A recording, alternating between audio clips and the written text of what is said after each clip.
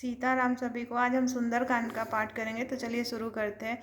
जामवंत के बचन सुहाए, सुनि हनुमंत हृदय अति भाए। तब लगी मोहि परिखेहु तुम भाई, सही दुख कंद मूल फल खाई। जामवंत के सुंदर वचन सुनकर हनुमान जी के हृदय को बहुत ही भाए।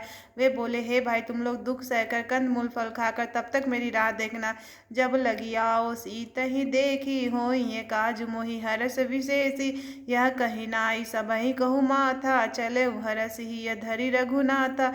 जब तक मैं सीता जी को देखकर लौट ना आऊं, काम अवश्य होगा, क्योंकि मुझे बहुत ही हर्ष हो रहा है। यह कहकर और सबको मस्तक नवाकर तथा हृदय में श्री रघुनाथ जी को धारण करके हनुमान जी हर्षित होकर चले। सिंधु तीर एक भूधर सुंदर, कौतिक कूद चढ़ेऊ ता ऊपर। बार बार रघुबीर संभारी, तर केहू पवन तनय बल भारी।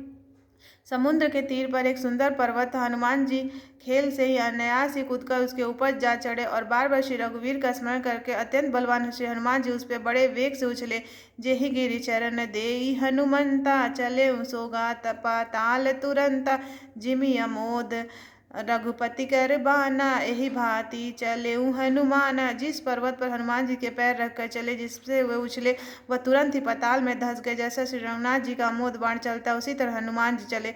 जल निधि रघुपति दूत बिचारी, तय मैनाक हो ही श्रमहारी। समुद्र ने उन्हें श्री रघुनाथ जी का दूत समझकर मैनाक पर्वत से कहा कि हे मैनाक, तुम इनकी थकावट दूर करने वाले हो, अर्थात अपने ऊपर इन्हें विश्राम दें। हनुमान तेहि परसा कर पुनि कीन्ह प्रणाम, राम काजु कीन्हे मोहि बिनु कहा विश्राम। हनुमान जी ने उसे हाथ से छू दिया, फिर प्रणाम करके कहा, भाई, श्री राम जी का काम किए बिना मुझे विश्राम कहाँ। जात पवन सुत देवन देखा, जाने कहूँ बल बुद्धि विशेषा। सुरसा नाम अहिन के माता, पठै न आई कहीं तेहि बाता। देवताओं ने पवन पुत्र हनुमान जी के जाते हुए देखा। उनकी विशेष बल बुद्धि को जानने के लिए परीक्षार्थ उन्होंने सुरसा नामक सर्पुक माता को भेजा। उसे आकर हनुमान जी से यह बात कही, आज सुरन मोहि दीन आहारा, सुनत बचन कह पवन कुमारा। राम काज करि फिरि मैं आओ, सीता कहि सुधि प्रभु ही सुनाओ। आज देवताओं ने मुझे भेज दिया है। यह वचन सुनकर पवन कुमार श्री हनुमान जी ने कहा, श्री राम जी का कार्य करके मैं लौट आऊं और सीता जी की खबर प्रभु को सुना दूं। तब तव बदन पैठ ही आई, सत्य कहूँ मोहि जान दिमाई। कौन जतन देई नहीं जाना, ग्रससि न मोहि कहेऊ हनुमाना। तब मैं आकर तुम्हारे मुंह में घुस जाऊंगा, तुम मुझे खा लेना। हे माता, मैं सत्य कहता हूँ, मुझे अभी जाने दो। अब किसी भी अन्याय उसे जाने नहीं दिया। तब हनुमान जी ने कहा, तो फिर मुझे खा न ले। जो जन भरि तहि बदनु पसारा, कपितनु कीन्ह दुगुन विस्तारा। सोरह जो जन मुख तहि ठयऊ, तुरत पवन सुत 32 भयऊ। उसने योजन भर 4 कोस में मुंह फैलाया। तब हनुमान जी ने अपने शरीर को उसे दुगुना बढ़ा लिया। उसने 16 योजन का मुंह किया। श्री हनुमान जी तुरंत ही 32 योजन के हो गए। जस जस सुरसा बदनु बढ़ावा, तासु दून कपि रूप दिखावा। सत जो जन तेहि आनन कीना, अति लघु रूप पवन सुत लीना। जैसे जैसे सुरसा मुख का विस्तार करती थी, हनुमान जी उसका दूना रूप दिखलाते थे। उसने 100 योजन 400 कोस का मुख किया। तब हनुमान जी ही छोटा रूप धारण कर लिया। बदन पैठ पुनि बाहर आवा, मांगा विदा ताहि सिरुनावा। मोहि सुरन जेहि लागी पटावा, बुद्धि बल मरम तोर मैं पावा। और वे उसके मुख में घुसकर तुरंत फिर बाहर आ गए और उसे सिर नवाकर विदा मांगने लगे। उसने कहा, मैंने तुम्हारे बुद्धि बल का भेद पा लिया है, उसके लिए देवताओं ने मुझे भेजा था। राम काज सब करिहूँ, तुम बल बुद्धि निधान। आशीष दे गई सोग हर्ष चले हनुमान। निश्चर एक सिंधु मह रहहि, करि माया नभ के खग गहहि। जीव जंतु जे गगन उड़ाई, चले बिलो की तीन के परिछाहि। समुद्र में एक राक्षसी रहती थी। वह माया करके आकाश में उड़ते ही पक्षियों को पकड़ लेती थी। आकाश में जो जीव जंतु उड़ा करते थे, उस जल में उसकी परछाई देखकर गहहि छाह सक सो न उड़ाई। एहि विधि सदा गगन चर खाई, सोई छल हनुमान कह कीन्हा। तासु कपट कपि तुरत ही चीन्हा। उस परछाई को पकड़ लेती थी, जिससे वो उड़ नहीं सकते थे और जल में गिर पड़ते थे। इस प्रकार वह सदा आकाश में उड़ने वाले जीवों को खाया करती थी। उसने वही छल हनुमान जी से भी किया। हनुमान जी तुरंत ही उसका कपट पहचान लिया।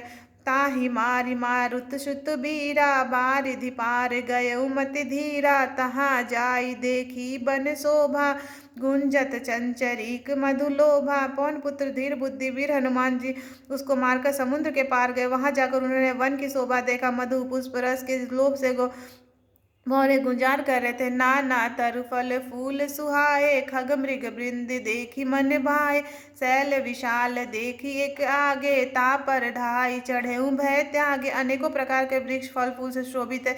पक्षी और पशुओं के समूह को देखकर तो वे मन में बहुत ही प्रसन्न हुए। सामने एक विशाल पर्वत देखकर हनुमान जी भय त्याग कर उस पर दौड़कर जा चढ़े। उमा न कछु कपि के अधिकाई, प्रभु प्रताप जो काल ही खाई, गिरि पर चढ़ी लंका ही देखी, कही न जाई अति दुर्ग विशेषी। शिव जी कहते हैं, हे उमा, उसमें बानर हनुमान जी की कुछ भी बड़ाई नहीं। यह प्रभु का प्रताप है जो काल को भी खा जाता है। पर्वत पर चढ़कर उन्होंने लंका देखी, बहुत ही बड़ा किला था, कुछ कहा नहीं जा सकता था। अति उतंग जल निधि चहु पासा, कनक कोटि कर परम प्रकाश। वह अत्यंत ऊंचा है, उसके चारों ओर समुद्र है, सोने के परकोट चार दीवारी का परम प्रकाश हो रहा है। कनक कोट विचित्र मणिकृत सुंदरया, तन घना चौहट हट्ट बहु सुभट विधि, चारुपुर बहु विधि बना, गजबाजी खच्चर निकर पदचर, रथ बरूथन को गने, बहुरूप निश्चर जूथ हति बल, सेन वर्णत नहीं बने। बनबाग उपवन बाटिका, सरकूप बापी सोहई, नरनाग सुर गंधर्व कन्या, रूप मुनि मन मोहई, कहुमाल देह विशाल शैल समान, अति बल गर्जहि, नाना आखारन भी रही, बहुविधि एक एक तर रही। विचित्र मणियों से जड़ा हुआ सोने का परकोटा, उसके अंदर बहुत से सुंदर सुंदर घर है, चौराहे, बाजार, सुंदर मार्ग और गलियां हैं। सुंदर नगर बहुत प्रकाश से सजा हुआ है। हाथी घोड़े खच्चरों के समूह और पैदल और रथों के समूह को कौन गिन सकता है। उन्होंने अनेक रूपों में राक्षसों के दल है, उनके अत्यंत बलवती सेना वर्णन करते नहीं बनता। वन बाग उपवन बगीचे फुलवाड़ी तालाब कुएं और बावलियां सुशोभित है। मनुष्य नाग देवता और गंधर्व कन्या अपने सौंदर्य से मुनियों को भी मन को मोह लेती है। कहीं पर्वत के समान विशाल शरीर वाले बड़े ही बलवान मल पहलवान गरज रहे हैं। वे अनेकों अखाड़े बहुत ही प्रकाश से भिड़ते हैं और एक दूसरे को ललकारते हैं। करि जतन भट कोटिन विकट तन, नगर चहु दिसि रक्षहि, कहु मही समान उस धेनु खर, अजखल निशाचर भक्षहि। एहि लागी तुलसीदास इनकी कथा कछु एक है कही, रघुवीर सर तीरथ शरीर त्याग गति पे सही। भयंकर शरीर वाले करोड़ों योद्धा अत्यंत करके बड़ी सावधानी से नगर की चारों ओर दिशाओं सब ओर से रखवाली करते हैं। कहीं दुष्ट राक्षस भैंस मनुष्य गायों गधों और बकरों को खा रहे हैं। तुलसीदास ने इनकी कथा इसलिए कुछ थोड़ी सी ही कही है कि निश्चय श्री राम जी के वाण रूपी तीर्थ के शरीर को त्याग कर परम गति पावेंगे। पुर रखवारे देखी बहु, कपि मन कीन्ह विचार, अति लघु रूप धरो निसी, नगर करो पैसार। नगर के मुख्य बहुसंख्यक रखवालों को देखकर हनुमान जी ने मन में विचार किया, अत्यंत छोटा रूप धरू तो और रात के समय नगर में प्रवेश करूं। मसक समान रूप कपि धरि, लंक ही चले सुमरी नर हरि नाम, लंकनी एक निश्चरी, सो कह चलसी मोहि निंदरी। हनुमान जी मच्छर के समान छोटा सा रूप धारण कर नर रूप में लीला करने वाले भगवान श्री राम जी का स्मरण करके लंका को चले। लंका के द्वार पर लंकिनी नाम की एक राक्षसी रहती थी। वह बोली मेरा निरादर करके बिना मुझसे पूछे कहाँ चल रहा है। जा नहीं मरा मुसठ मोरा, मोर आहार जहाँ लगी चोरा, मुठिका एक महाकपिहनि, दुर्धिर मत धरनी ठन मन। हे मूर्ख, तूने मेरा भेद नहीं जाना। जहाँ तक जितने भी चोर है वे सब मेरे आहार है। कपि हनुमान जी ने उसे एक घूसा मारा, जिससे वह खून की उल्टी करती हुई पृथ्वी पर लुढ़क पड़ी। पुनि संभारी उठी सो लंका, जोरी पानी कर विनय सशंका, जब रावण नहीं ब्रह्म बर दीना, चलत बिरंची कहाँ मोहि चीना। वह लंकनी फिर से अपने को संभाल कर उठी और डर के मारे हाथ जोड़कर विनती करने लगी। वह बोली, रावण को जब ब्रह्मा जी ने वरदान दिया था तब चलते चलते समय उन्होंने मुझे राक्षस को विनाश की पहचान बता दी थी कि विकल हो सीते कपि के मारे, तब जाने सुनिश्चर संधार, तात मोर अति पुण्य बहुता, देख नयन राम कर दूता। जब तू बंदर के मारने से व्याकुल हो जाए तब तू राक्षसों का संहार हुआ जान लेना। हे तात, मेरे बड़े पुण्य है जो मैं श्री राम जी के दूत आपको नेत्रों से देख पाई। तात स्वर्ग अपवर्ग सुख धरिय तुला, एक अंग तुल न ताहि, सकल मिली सो सुख लव सत्संग। हे तात, स्वर्ग और मोक्ष में सब सुखों को तराजू को एक पलड़े में रखा जाए तो भी वे उनके मिलकर दूसरे पलड़े में रखे उनके सुख बराबर नहीं हो सकते जो लव क्षण मात्र के सत्य संग से होता है। प्रविश नगर की जय सब काजा, हृदय राखी कौशलपुर राजा। गरल सुधा रिपु करहि मिताई, गोपद सिंधु अनल शीतलाई। अयोध्या के राजा श्री रघुनाथ जी को हृदय में रखते हुए नगर में प्रवेश करके सब काम कीजिए, उसके लिए विष अमृत हो जाता है, शत्रु मित्रता करने लगते हैं, समुद्र गाय के खुर के बराबर हो जाता है, अग्नि में शीतलता आ जाती है। गरुड़ सुमेरु रेणु समताही, राम कृपा करि चितवा जाहि, अति लघु रूप धरेउ हनुमान, पैठा नगर सुमरी भगवान। और हे गरुड़ जी, सुमेरु पर्वत उसके लिए गज के समान हो जाता है, जिसे श्री राम जी ने एक बार कृपा करके देख लिया। तब श्री हनुमान जी बहुत ही छोटा रूप धारण किया और भगवान का स्मरण करके नगर में प्रवेश किया। मंदिर मंदिर प्रति करि शोधा, देखे जहाँ तह अगणित जोधा, गयउ दसानन मंदिर माही, अति विचित्र कही जात सुनाही।